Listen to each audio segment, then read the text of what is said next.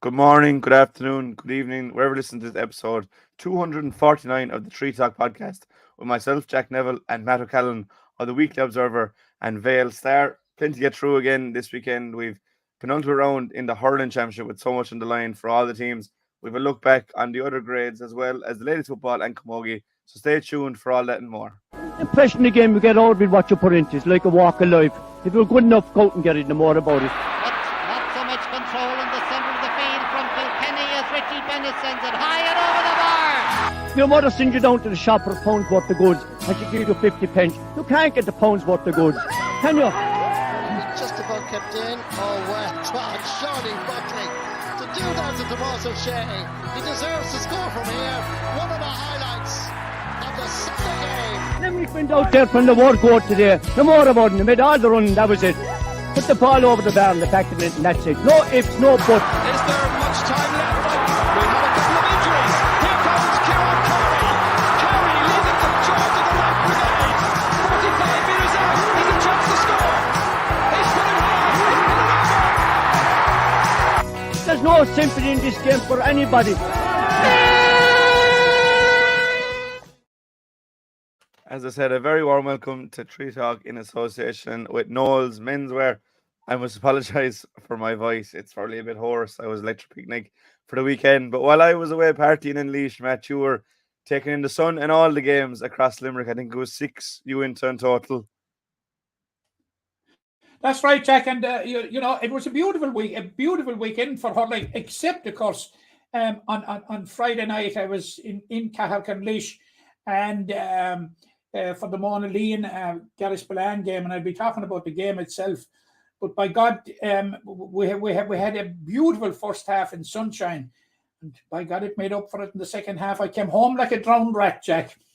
You know, and that was mainly because of trying to get from the pitch to the car. It was that heavy because the good graces of the Garris-Ballan bench, they allowed me some shelter during most of the second half, so that staved off most of it. But by God, it made up for it when I was trying to get back to the car. It turned to be an awful evening in that part of the world, and a couple of miles up the road, beyond hospital, the roads were almost dry. So it's very funny at this time of the year. But in general, the sunshine was oh look, it made it such a pleasure. Like I saw Patrick 𝘕𝘰𝘦𝘯𝘴 on Thursday night. Friday night was that little blip with the elements, and on Saturday then I was at intermediate and senior games in Kilmarnock and Brough, and at an intermediate game in Brough on Sunday, which was in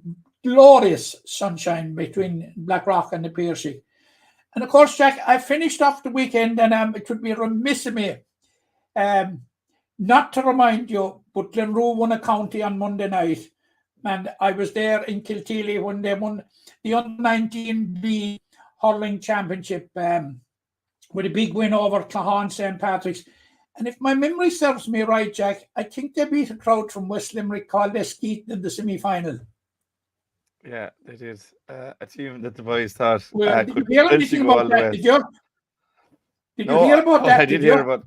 I couldn't go to. I think we trained in the same night, but yeah, no, that was a good 𝘕𝘰𝘦𝘭𝘴 team. So credit to Glenroe to get over the semi and final. And a nice bit of silverware early enough in the year, but I suppose we are approaching the business. It was a very young Glenroe team, Jack. They had only, I think, 2 up on the age.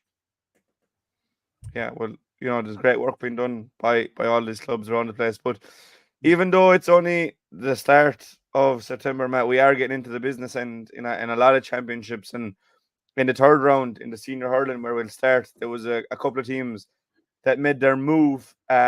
Starting with the Thursday game, you were there, Patrick Swell and Ahan.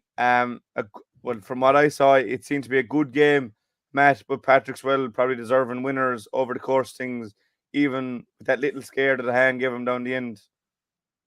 Yeah, and you know, you had that little bit of controversy towards the end about the scoreboard and of the score tally and what have you, but it was a day, Jack, when you know, when people think of Patrick well, they immediately think of 1, 2, 3, Dermot Burns, Cian Lynch, and Aaron Gillane. And by God, the people that came to Kilmallock on Thursday evening weren't disappointed with that trio.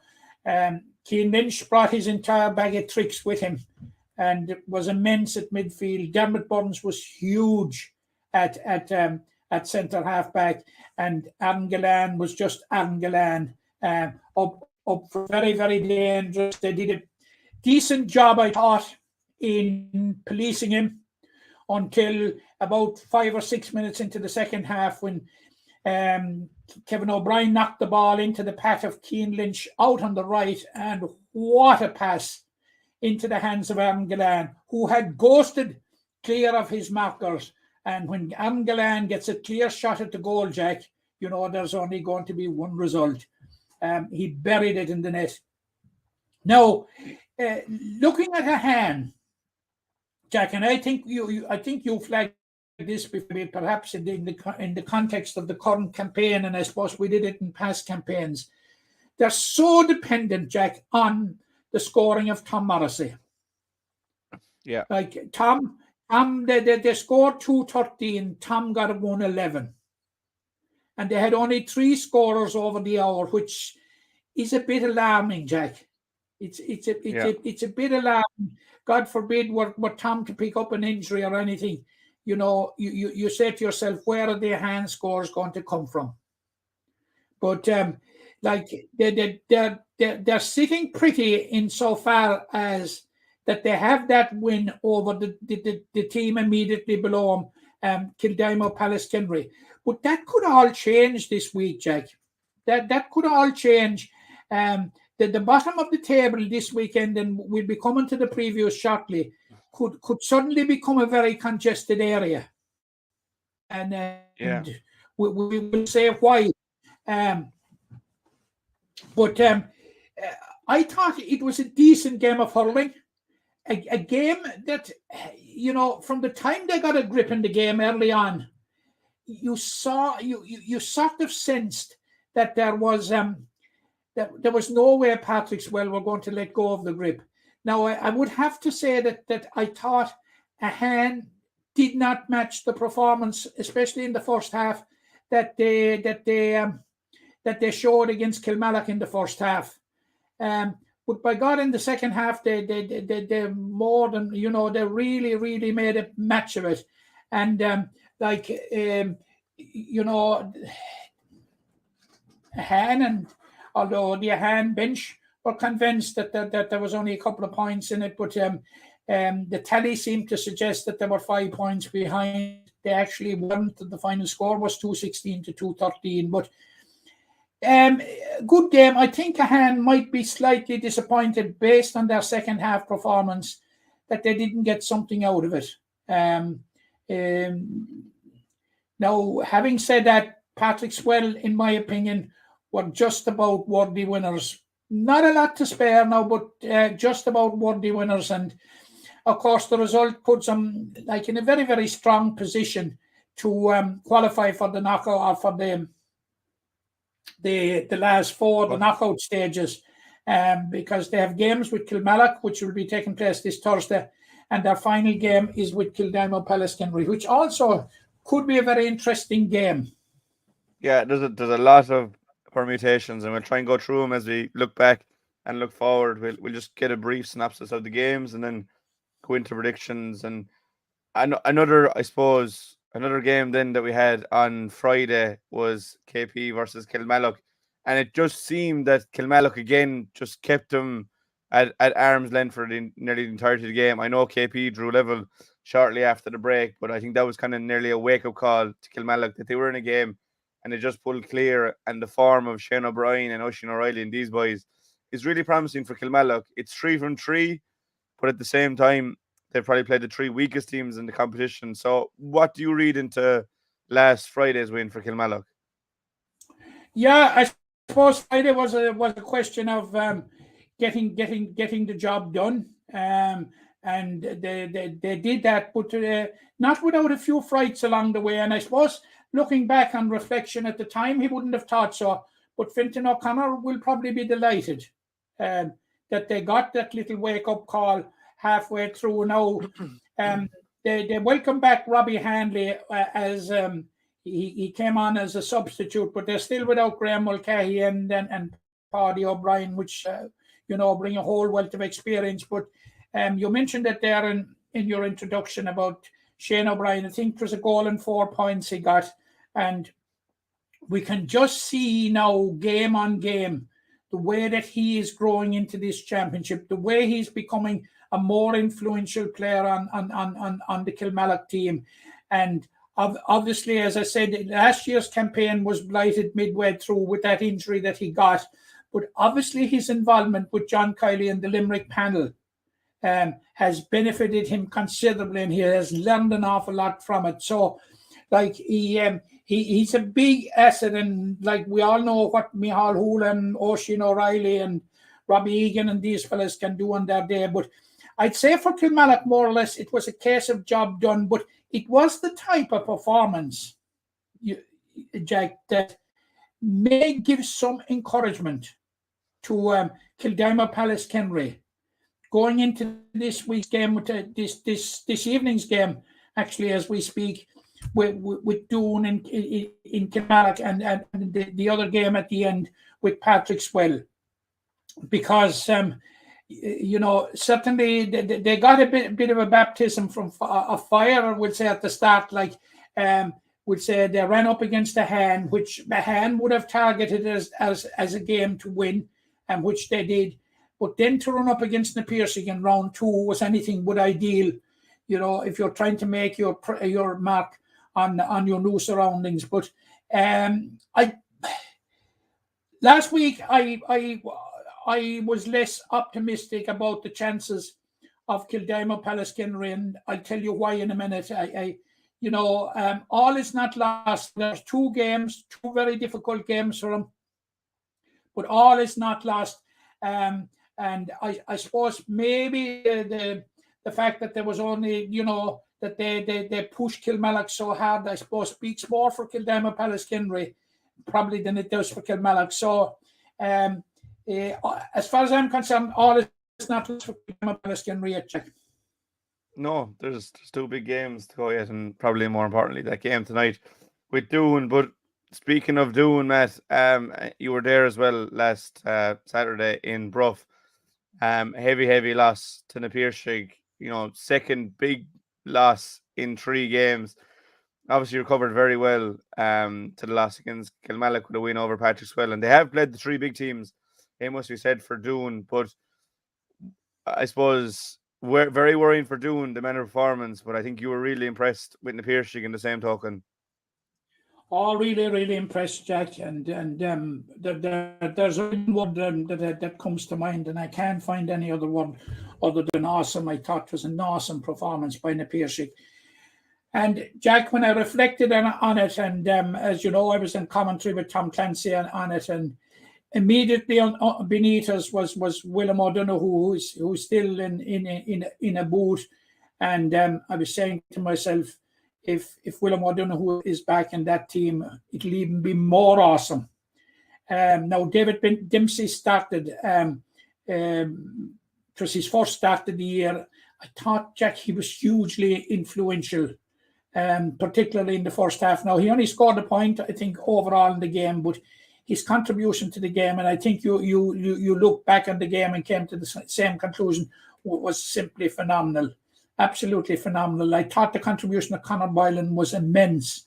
If you look for an individual goal of the year, I don't think you can look much further than Conor Boylan. He got possession about 60 yards out, and where he accelerated down the left before unleashing an unstoppable shot past Tomas Lynch, was simply fantastic.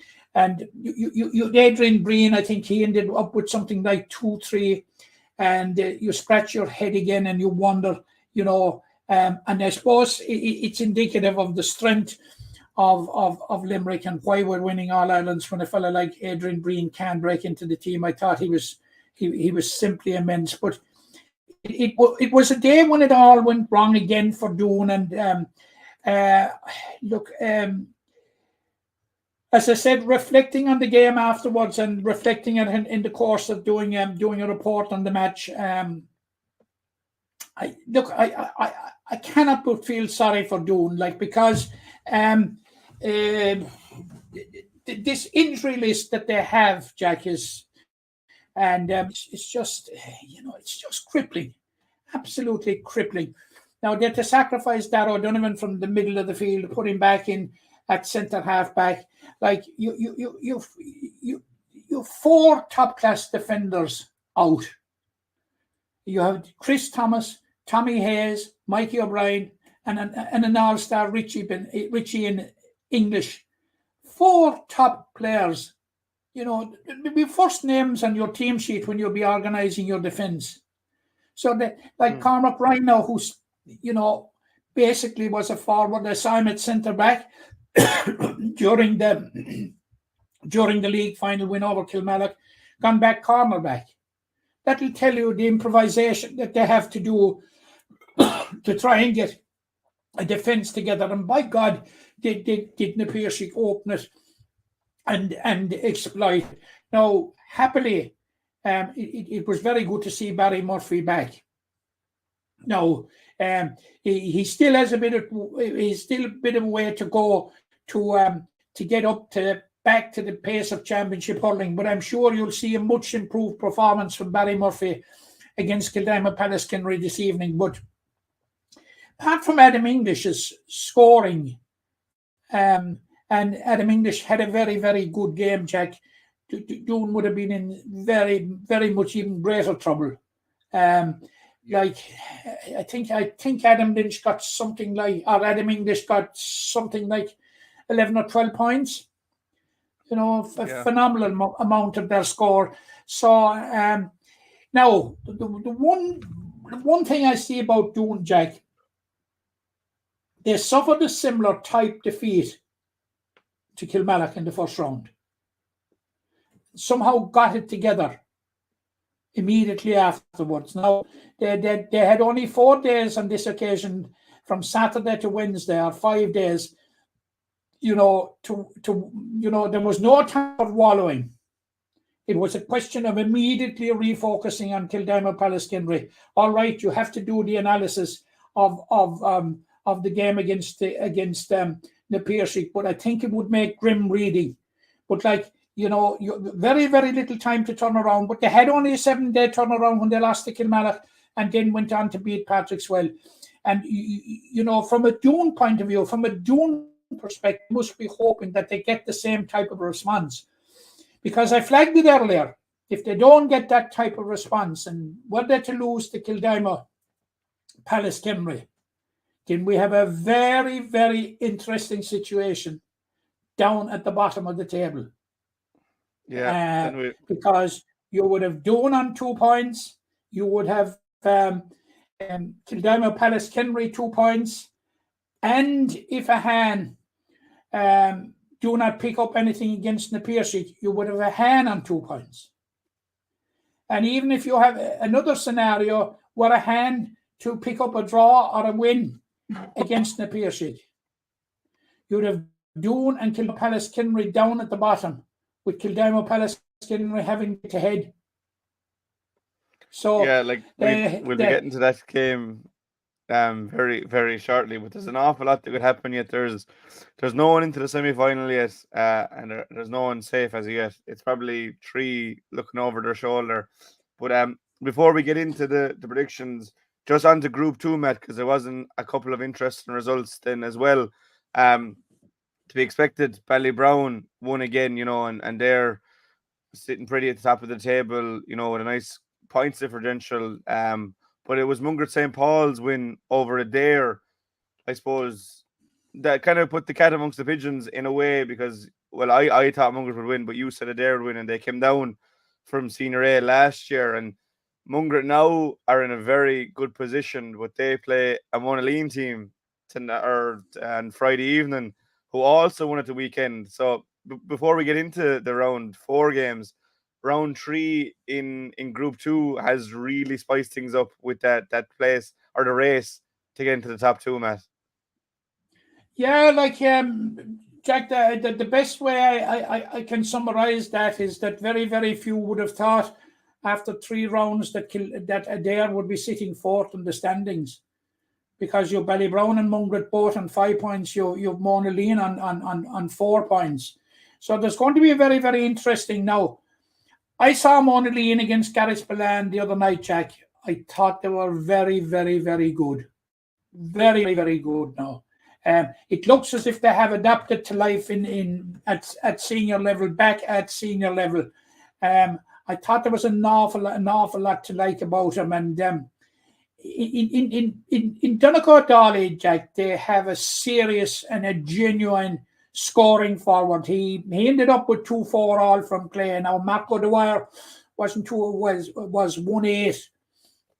But they have a very, very strong attack with Luke Murphy and Andrew Latouche Cosgrave in there as well. But at the back, like you the Lyons brothers, like Larkin at centre back, Ronan at corner back, like they are a very, very organised side, Jack, and they play some very, very nice hurling. The way they can move the ball out from the back and the way that when they decide to move it through the lines, they are very, very, very good. Contrast to that, Jack, I was fiercely disappointed with Garrisballan. Yeah, they got an early 4-point lead, and you said to yourself, Dylan O'Shea got 2 goals. The first from a penalty, and the second a cracking goal. He went in practically along the sideline or the inline in from the right, and he unleashed a pile driver that Jamie Powell got his stick to it but couldn't keep it out. And they were 4 points up, and you were going to say to yourself here, look, the experience of Garrisballan is going to take, but by half-time it was well turned around by Monaleen. And by half-time, I think Monaleen had 114 on the board, Jack, which is phenomenal scoring in 30 minutes of hurling, and that was the fine half weather-wise. Now it turned at half-time with rain in the second half, but look, Garrisballan huffed and puffed as if they were going to make a comeback, but it never really happened and never really took root because Monaleen didn't allow it to do so. Like Monaleen now face Mungret St. Paul's Mungret St. Paul's probably, Jack, have the toughest finish. Yeah, they have Monaleen this weekend, and then they have Ballybrown in the final round. So it's going to be we still cannot write off Adair, but Adair, I think Adair's chances of making promotion now are going to be they're going to be difficult, Jack, because they need to win both games. And if Monaleen win again, they have the head-to-head on them, except that we'll say 3 of them finish at the same points, which is a possibility maybe, but it's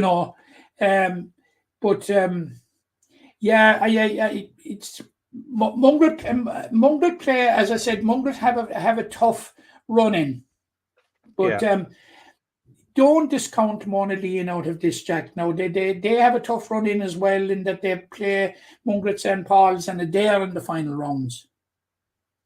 Yeah, so we'll learn a lot this weekend, I think, from Group 2. But it has been very, very interesting so far, and I know Mungret and Ballybrown are undefeated on 5 points. Monaleen are just behind them, and Adair are only a point behind as well. So there seems to be a clear top 4 gunning for only 2 places, and there's a lot of jeopardy in that group, as we always say. And we might get into predictions now, Matt. There's a massive game down the line in the final round. What could be a massive game, depending on this weekend results. And that will be the meeting of Garrisballan and South Liberties. Yeah. At the wrong end of the table. It could be a huge game, Jack. And look, I was looking at it and saying to myself, the PSC, South Liberties scored 217 against Ballybrown. We're leading at after half time. when Ballygodfrey got the second goal, they were leading after half time. You say to yourself, any team that can score 217 against what are now the group leaders, they can't be that bad. All is not lost for South Liberties either. We were sort of writing them off last week, but a chain of events since in the group, because I certainly got 2 of the predictions in the group out of 3 wrong. I put up my hand on that. I got the Mungret so says he with a smile that got it right, but I also got the Gary Spillane Mona Lean one wrong. Yeah, well, we'll go back into it now, into predictions, Matt. We'll see if you can rectify those a bit. But you did get solace in the fact that you got one bang on that Patrick Swell's 3-point win. Now I know there was controversy with the scoring, but you will take that 3-point win for Patrick Swell. We both had Napiershig and Ballybrown. I had Kilmallock by 7 and their win against KP, and I also had Mungret to beat it there. But you still have that healthy enough cushion of a 4-point lead after 7 rounds. I haven't led as of yet. I can't remember the last time I was ever leading in one of these things. But Jack, you're good on the home straight, Jack. Yeah, well, I'd want to be. And I feel like there's another draw coming this week, but I don't think I'll go for any of them. But we'll start with that group 2, Matt, that we were talking about. Jack, I think you've enough for draws now at this stage. Yeah, well, come in the week that I don't pick one, but I know we didn't preview the games as such, so we might just say who we think will win by how much, and maybe why, or how you think the game is going to go that way. So first one on my list is Adair and South Liberties, Matt, and I'll let you start off with that. Yeah, I think, Jack, that Adair have to bounce back. Losing is not an option for Adair at this stage. Look, all the forum guide says Adair, even though we have said that the fact that Adair are 4th on the table after 3 rounds, Jack, we just couldn't have imagined it, I don't think, and especially the way they started off the campaign with that good win over Garrisplan, but 2 games without a win. But it'll tell you the competitive nature of the group. Now, South Liberties are winless so far, but Jack, I'm going by for Adair by 5. Adair by 5. I'll stick with you on Adair. I'm just gonna go by 7. Again, Adair have to win this weekend if they want to get into the knockout stages, and I suppose promotion is still there for them, but they need a string of results to go their way. But I expect them to bounce back, and I think South Liberties will be just hopeful to get it to that final round game against Garrisplan, where it might be winner takes all. Now Garrisplan can end any possibility of that, but they play Ballybrown, so it looks like there could be a collision course there in the final round, as you said. So both siding with Adair. On Friday night, then Ballybrown versus Garrisplan.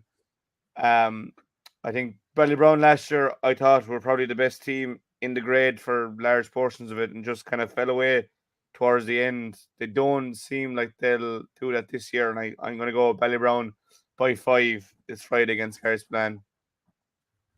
Yeah, Jack. Garrisplan was telling me as late as last Friday night that I'm a magpie when it comes to predicting that they'll win. Because whenever I predict they lose. I'm going for Ballybrown strictly on forum. I haven't seen Ballybrown this year, but I'll be rectifying that on Friday night.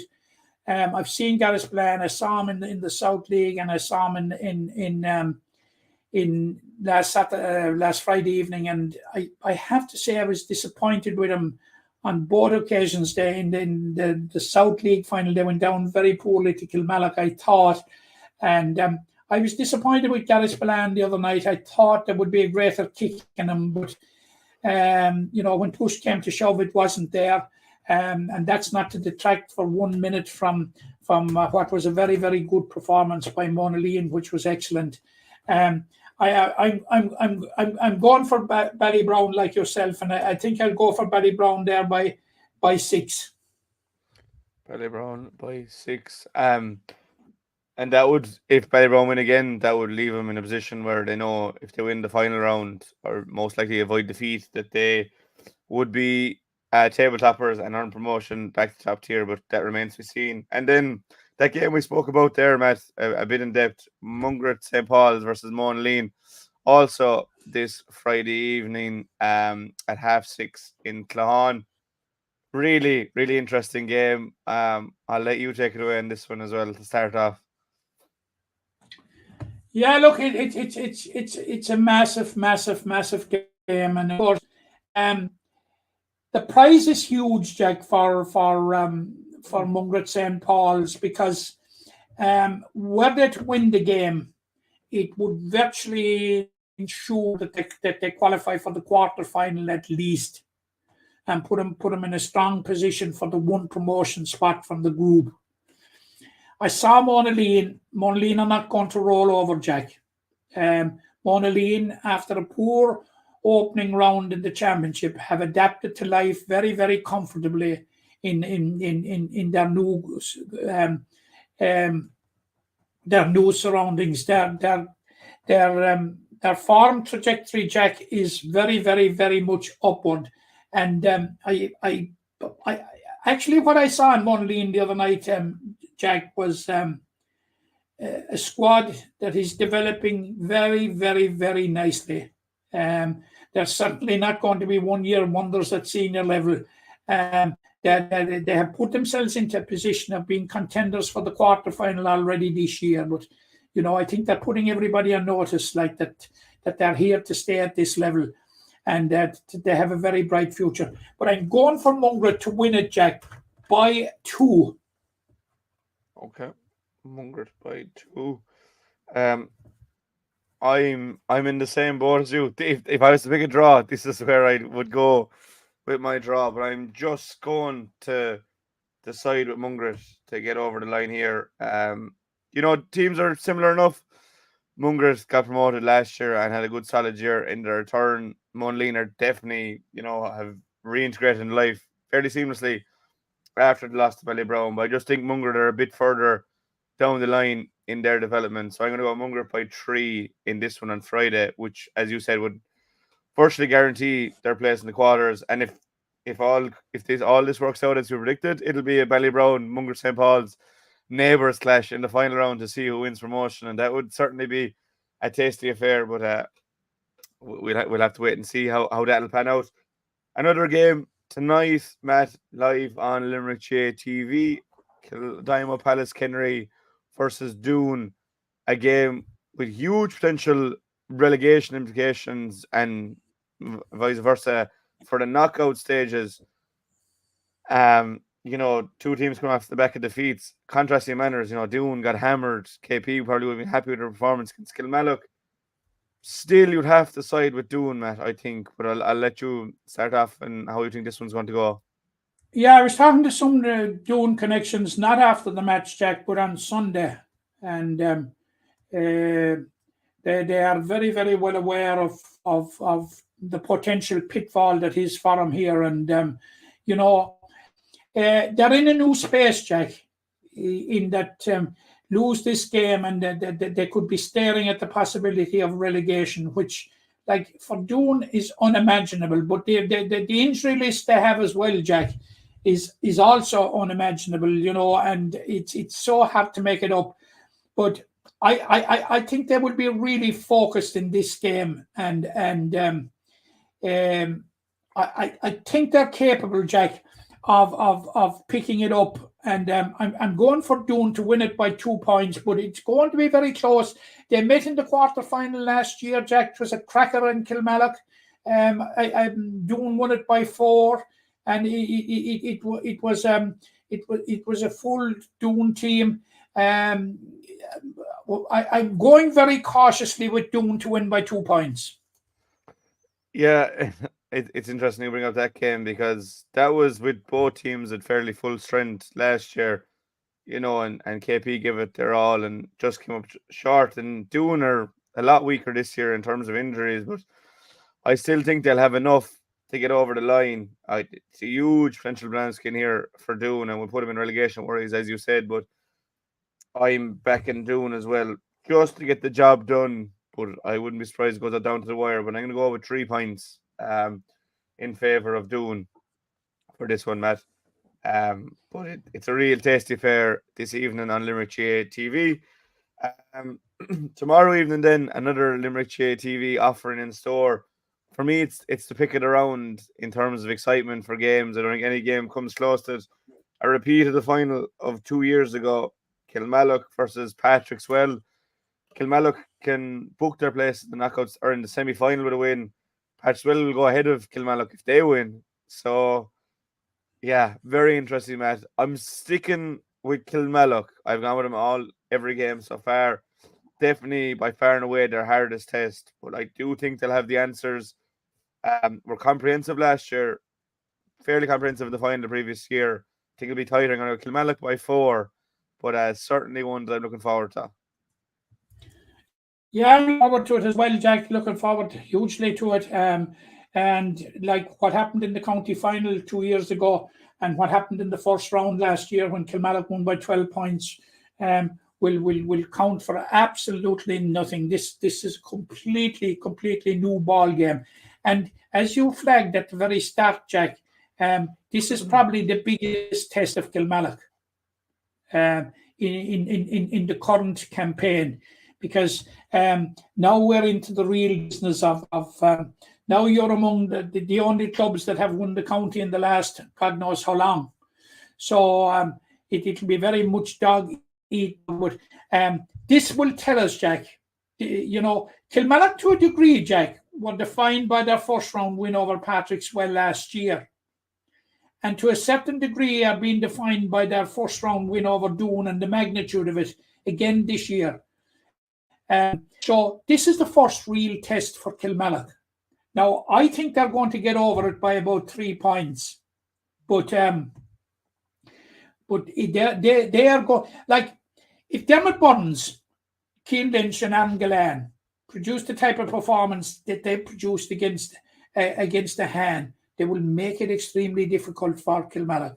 But I think overall, 1 to 15, that Kilmallock have the much better balance. And the return of Robbie Handley will be big plus to him. Now, I don't know what the situation with Graham Mulcahy and Paddy O'Brien is currently, but I understand that they're closing in on a return. So, yeah, I'm going for Kilmallock by 3, Jack. Yeah, I do agree. I think they're a very balanced team, Kilmallock. I would argue they're probably the most balanced team in the entire competition and have a lot of good subs to come from the bench. But you mentioned those 3 superstars at the start from Patrickswell and so many more. And Evan Fitz was there from the start last week as well. He's a huge addition to Patrickswell. And this could go either way. But yeah, both just siding for Kilmallock to continue their unbeaten start. And then the other game on Thursday night sees Na Piarsaigh versus a Han. I suppose after the round 3 results, there's only going to be one winner here. That's Na Piarsaigh. I'm siding with them. 6-point win. Now, I've been very impressed with a Han in each of their games. I saw him live the first day and saw him on Limerick TV in the previous 2 rounds. And they have made huge leaps, I think, over the last 12, 18 months. But I still think, as you said, Na Piarsaigh seem to be hitting their groove. Dave Dempsey is back. They're doing it without Will Donoghue, and they'll want to ensure that they're in a position that they have their place booked for when he's back, and that'll hopefully be later on in the championship. So I'm going for the Piarsaigh here, Matt. You thinking the same? Yeah, I'm thinking the same, Jack. Now I'm also mindful of the fact that that they drew last year in Kilmallock, but at that stage, Na Piarsaigh had sealed their passage to the knockout stages, and but nevertheless, a Han have been so competitive, Jack, in all their games. And if they can get that top form, if they can get a type of performance that they had in the first half against Kilmallock, Jack, I think they will push Na Piarsaigh. But I don't think, you see, Na Piarsaigh still need points, Jack, because the Na Piarsaigh mantra is get to the top, win every competition if you can, and which is fantastic. And they will want to be in one of the semi-final spots. And were they to lose to a hand or drop a point to a hand, that might be at risk. But I'm going for the Piercing by 5. I think a hand will probably put up better resistance. I was terribly impressed with the way, to a certain degree, that they policed Angelan the other day. But Angelan is Angelan. He gets half a chance and he does the job on you. But they have some very, very useful defenders. I was hugely impressed with Evan O'Leary.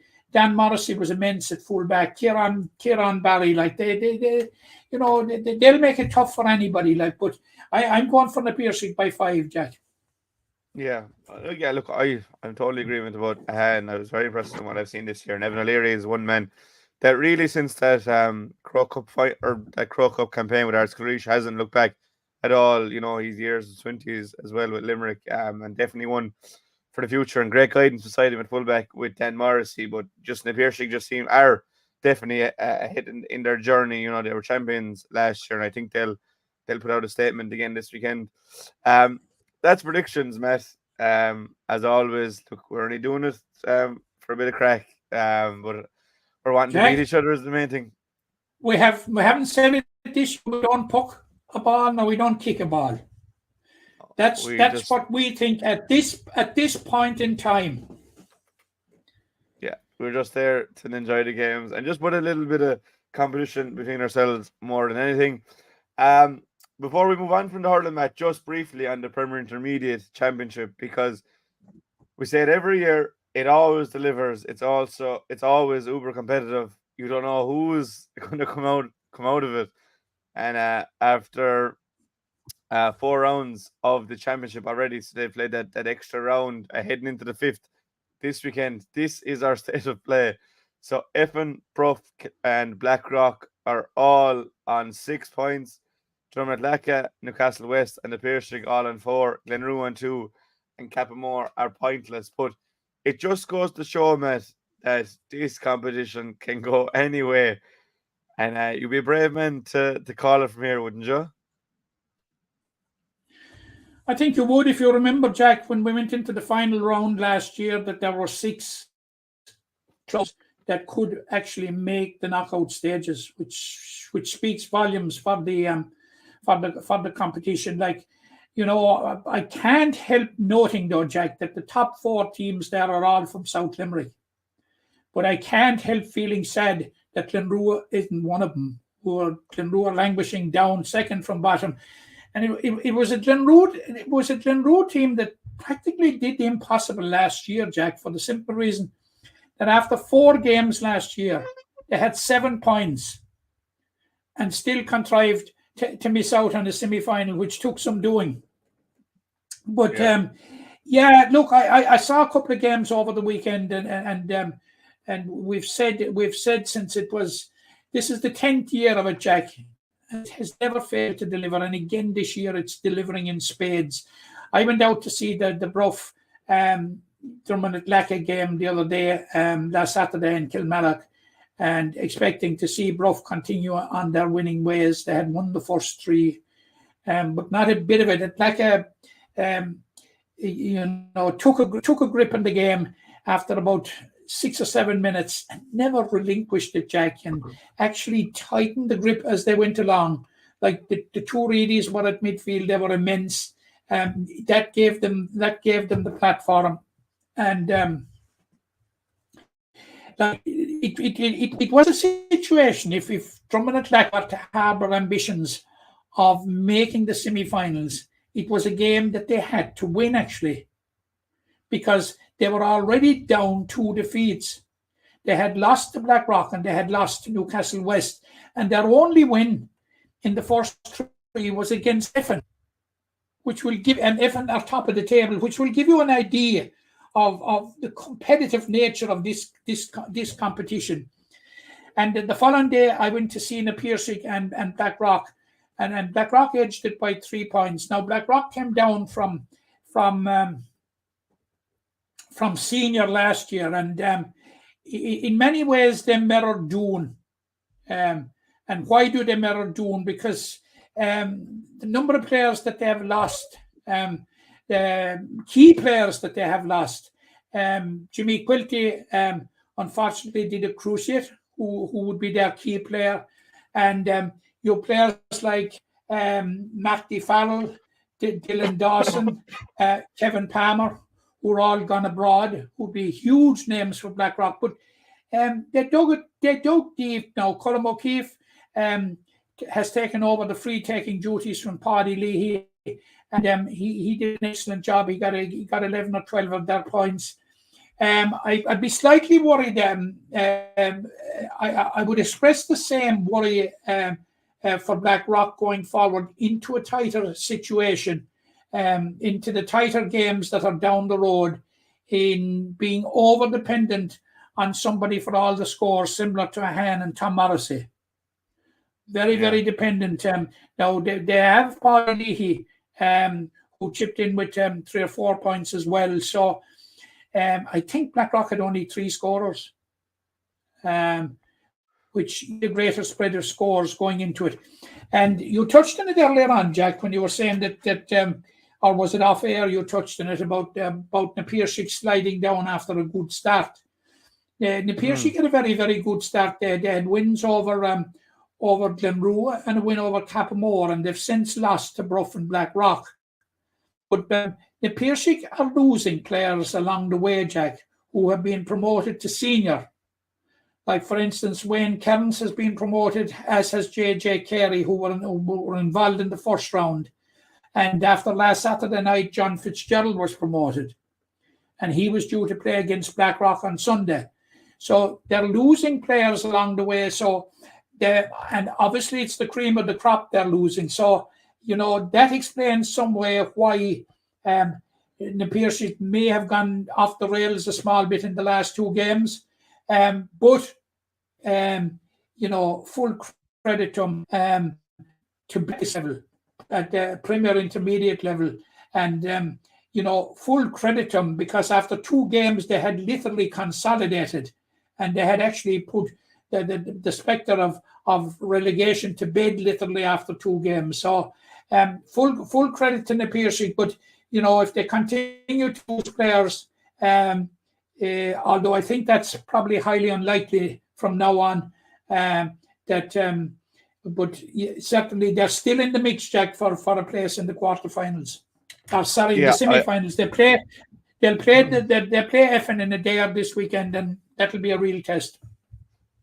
Yeah, I think it just must be commended that having a team in the top tier and in the Premier Intermediate and both competing, is a phenomenal achievement. But 3 rounds to go, Matt. That's the lay of the land. Pick your finalists. Finalists? Yeah. I won't ask you to pick the winner, but who do you think will, or you can pick the 4 to come out, but who do you think will be the last 2 left standing? Or you can hold off if you want. Give me another round, Jack. I'll give you 1 round, so I'll be coming to you with that next week, so you can be ready to go for that. I think Effin will be one of them. That smirk in your face saying that you won't take no for an answer. No. I think Effin will be one of them. I think we might have a surprise then outside of it. But that's the Premier Intermediate. There's also Intermediate. Effin beat Glenroe, and we've spoken often enough about him here on this medium. Like Paddy Donovan got 112. Yeah. Oh, phenomenal talent. But look, there's plenty of grades. We'll have the 4 rounds over us, so maybe next week we might do a comprehensive review of the Premier Intermediate, and Junior A. But for now, we'll just leave it at that, because we've nearly an hour of just hurling done, and we've more to get through. But talking about the more to get through, Matt, we'll go to the Camogie, and after being away for the weekend, I'm not too off with what has gone on, so I'm going to throw you over to you to give us a reliable account of where we are in the championship and what we can look forward to. Yeah, well, Jack, last week I made the point that I was somewhat delinquent in my level of knowledge of the Camogie Championship, but I have very much familiarised myself with it during the week. And the situation is we have the last round of group games at this stage, at this weekend. Before I come to those group games, can I give the viewers and the listeners an insight as to how the Camogie Championship works, or how it will be concluded? It's as follows. There are 9 senior clubs in the Camogie Championship. It is made up of 2 groups. Group 1, in which 5 clubs. Group 2, in which there are 4 clubs. The top 2 teams at the end of the group phase, which will be Saturday, will go through to the A Camogie Championship semi-finals. The bottom 2 clubs in each group will play off for a relegation spot. Now, there are 2 teams being relegated this year. Will play off will be involved in a relegation playoff. And they will, the result of that playoff will see the losers being relegated to intermediate Camogie next year, and the winners come back into the championship in the semi-final of the B Championship, with the side that finishes 3rd and 4th in Group A and 3rd in Group B, making up 4 Senior Championship B semi-finals. The losers of the B Championship semi-finals will meet in another relegation playoff, with the loser going down. So that's how the 2 teams go down, and the winners of the intermediate will come up, which will give 8 teams in the Camogie Championship this year. Now, Kilkeedy are currently top of the table in Group A, level on points with Newcastle West. This is very, very interesting. Level on points, but Kilkeedy have their campaign finished. So, and tucked in neatly behind them are newly promoted Adair with 2 wins from 3. This weekend's fixtures sees a huge game at the top when Newcastle West travel to Adair. If Newcastle West win, they're into the semi-final with Kilkeedy. If Adair win, we're going to have a 3-way tie at the top between Newcastle West, Kilkeedy and Adair. And that will be so interesting. That will be very, very interesting as to which 2 will go to the A Championship semi-finals. Now at the bottom, you have a huge game at the bottom this weekend, in that you have 2 pointless sides meeting. And 'tis hard to believe in this discourse that we would be saying that Granny Ballingarry, Jack, you know, the queens of Limerick Camogie for so long, All-Ireland champions on a number of occasions, that they are pointless. And their game with Crocora will decide who survives in the B Championship and who goes into the relegation playoff. It's that important. Now, turn to the B Championship. You have a Hann who are virtually certain, with 2 wins from 2, virtually certain of going through to the semi-finals. Now you have Bruff and the Pearshig both on 2 points, and you have Cappamore pointless. Now this weekend's fixtures see Ann travelling to Cappamore, and all the pointers would suggest that a Hann will win that one and make it through to the A semi-finals. But right behind them is a very, very interesting game. You have Bruff and the Pearshig both on 2 points, which becomes now a de facto shootout for a place in the A semi-final. The winners will go through to the A semi-final, while the losers will have to be content with a place in the B semi-finals. I hope I haven't given out too much there, Jack, that served to confuse rather than clarify. Well, there was a lot going on there, but you definitely laid it out in a very accessible manner. That's the layout of the Senior Camogie Championship. the Now, senior. can I move to the champ- intermediate Camogie Championship? And Yeah. there are only six clubs contesting the intermediate championship, and it's being played on a full round robin basis. And there's a full round of round 3 matches this weekend. Now, if I can move to the junior championship, the finals of the junior championship, Jack, are on this weekend, and it's a cup and a plate final. And in the cup final, you have Blackrock Effin, who were beaten in the final last year by Galway. They are playing Patrick Swell in the final in Kevin Long Park on Saturday evening. Kevin Long Park, that's in Fina, on Saturday evening at 5 o'clock. Now, in the plate final at the same time in Cahadavan, Doon are playing Mungret St. Paul's. So, switch finally to the B Championship, the final round of which is on this Sunday at 2 o'clock. And I'm not 100% sure on the permutations, but we will certainly clarify them next week, because we will be into clarifying semi-final spots in A and B and what have you, and we will be further, we'll be much further down the road in the intermediate championship, because after 2 rounds, Jack, as you know, it's very, very hard to determine what is happening. But like I would point out, as I pointed out last week, one very significant result from last week was the fact that Galway beat Monaleen. Monaleen would be a very, very fancy side, Monaleen, along with Croke Kilfinney. But it looks as if Galway may be about to put the cat among the pigeons, which doesn't surprise me, because I thought they were very, very impressive winners of the Junior Cup last year. I was at the final in Knocklang, and they were hugely impressive. And I felt that they wouldn't be lost when stepping up. But we'll just have to see. We'll be in a better position for clarity as to what might happen next week, Jack. Yeah, there's a comprehensive lowdown of all the championships in the Camogie. So off the top of your head as well, I don't think you had any notes around your anything. So that was very good.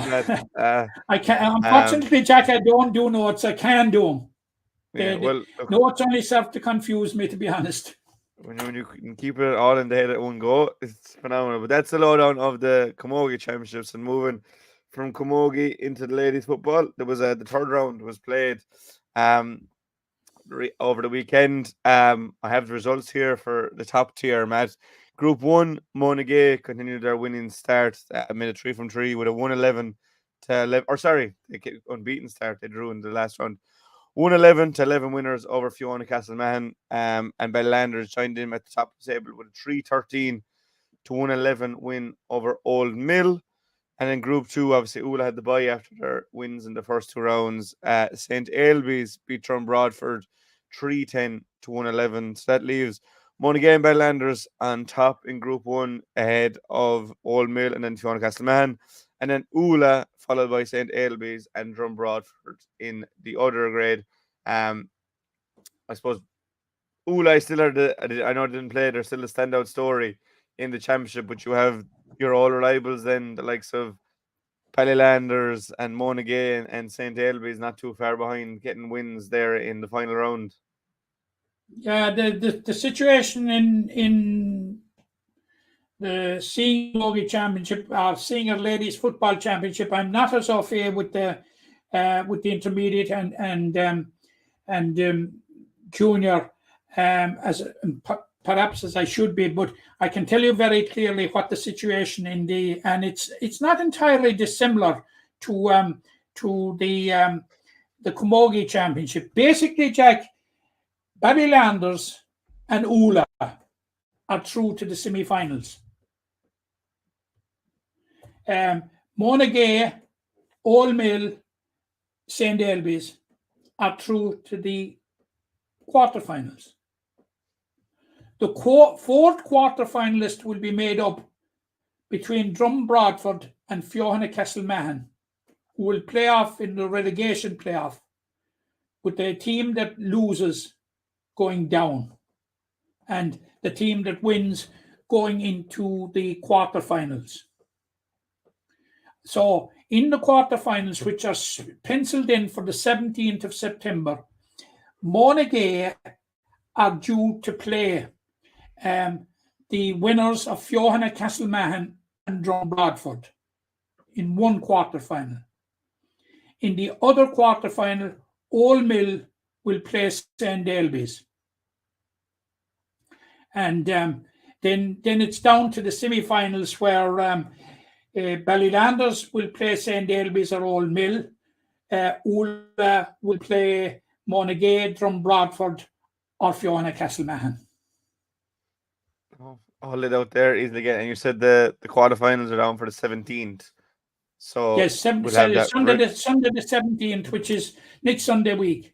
So we'll have the relegation playoff before then. And the county semi-finals the county final is scheduled for Sunday the 8th of October. No.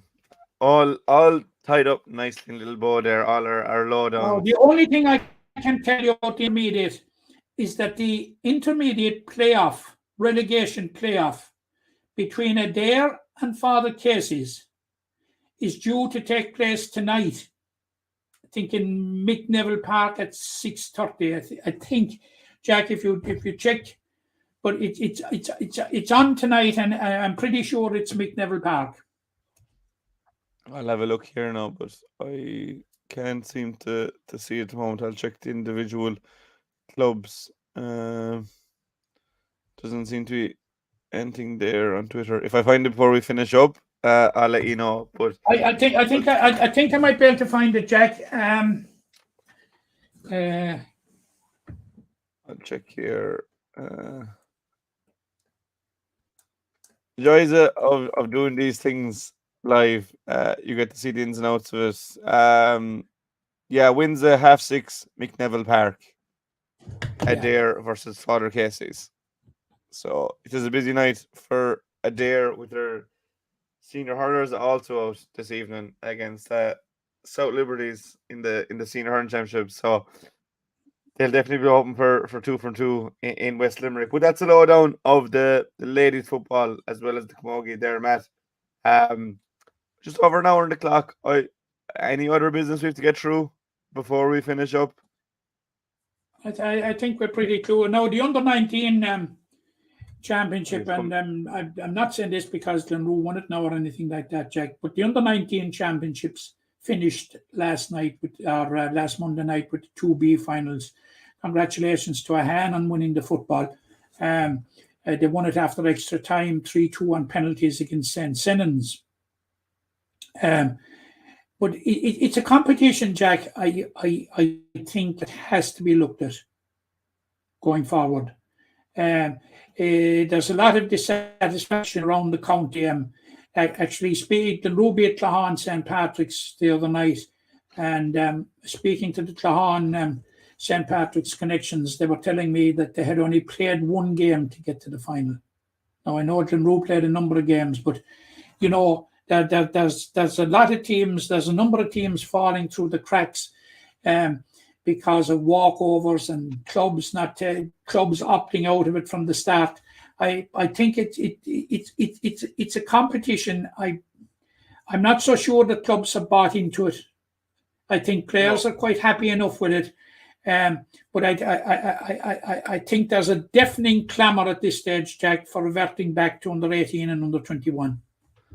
Yeah, definitely. I definitely don't hear any opposition to under 21s and under 18. I've definitely heard a lot of negative criticism towards the under 19s and 17s and 21s. I just think it's too much for lads at that age that have other things going on. A lot of them are probably playing GA as well as soccer, they could play basketball, tennis, you name it, athletics. So just have a lot going on between school, leaving cert, first year college, these kind of things, you know. Just I think 18s and 21s work perfectly, and I definitely wouldn't be against seeing them refer to type. But well done to Glenroe, obviously, for winning the under-19s. I'm only using it as an example because I saw it firsthand and started probing around a bit on it, Jack, because we've heard so much about it. And as I pointed out to you, Cormac Thompson, who writes for our paper, wrote a very, very good article from a player's perspective on the entire competition about last week. I think it was an excellent article, and it sort of gave a different insight. As like when we're talking about stakeholders, we talk about sort of clubs and mentors, and sometimes we seem to forget who the main stakeholders are the players. And he gave a very good player's perspective on it, I thought, anyway. And just looking at it, Glenroe had 2 players now that will be involved in the intermediate championship. I spoke with Lahan about the very, very same thing, and they have 2 players that will be involved, and one that's involved with the senior football as well.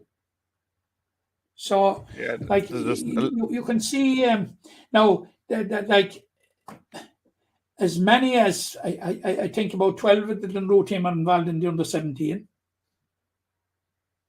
So, like it's the whole multiplicity of competitions. I think it needs to be streamlined, Jack, because there is no way, Jack, that you could give the under-19 competitions a pass mark. And it's like I think in Limerick we have a big job of work to do in the winter when the championships are over. As we said last week, doing nothing about the intermediate and junior football championships as they presently are is not an option. And I think doing something about the under-19 isn't an option either. No, it's definitely something that needs to be looked at, and we've mentioned it a few times. So hopefully the powers that be will have a look at it and see what's most viable and what's best for the players, because as you said, they're the most important shareholders in all this. Before we go, Matt, tonight, obviously Limerick JTV, we have that game between KP and Doon, and then tomorrow night you have the big game between Kilmallock and Parswell. Very easy to get these games. Just go into the Limerick J website. There'll be a place then at the top for Limerick JTV. Just head in there and click the game you want. There's still season passes if you haven't availed of it already. Be able to hear the likes of yourself and John and Tom and myself and some special guests as the co-coms. It's a really good platform to have to see these players in action. Tonight you've the likes of Kyle Hayes and Adam English and these boys. Tomorrow, you name it, you'll have 3 hurlers a year on show on one side, and Oisin O'Reilly, Shane O'Brien, Micheál Hoolan, Robbie Hanley, hopefully Graham Mulcahy, these lads, Barry Hennessy. So definitely avail of the Limerick JTV if you can. But big weekend in the Senior Championship, big weekend in all the hurling championships and the Camogie as well. So one we're definitely looking forward to, Matt. But for now, I think we'll leave it at that. 1 hour and 7 on the clock. If you're watching this on YouTube, make sure to like and subscribe. We need our people subscribing because it changes the algorithm in a positive way. Big thank you to Noel's Menswear for getting on board. If you're on Facebook and Twitter, do the usual, like, subscribe, share. To you, Matt, as always, for your contribution, and to the people commenting and leaving their questions and comments and leaving their love and feedback. We appreciate every bit of it. So for now, that's episode 249 in the books. Thank you, and we'll talk again soon. The impression again we get out with what you put into it's like a walk of life. If you're good enough, go out and get it, no more about it. Not so much control in the centre of the field from Kilkenny as Richie Bennett sends it high and over the bar. Your mother sends you down to the shop for a pound's worth of goods and she gives you 50 pence. You can't get the pound's worth of goods, can you? Just about kept in. Oh, well done, Johnny Buckley. To do that to Tommaso 𝘕𝘰🦗, he deserves to score from here. One of the highlights of the Sunday game. Limerick went out there from the work out today. No more about it. They made all the running, that was it. Put the ball over the bar and the penultimate, and that's it. No ifs, no buts. Is there much time left? We have a couple of injuries. Here comes 𝘕𝘰🦗🦗. Leading the charge of the Limerick Brigade. 45 metres out. He's a chance to score. He's put it high. There's no sympathy.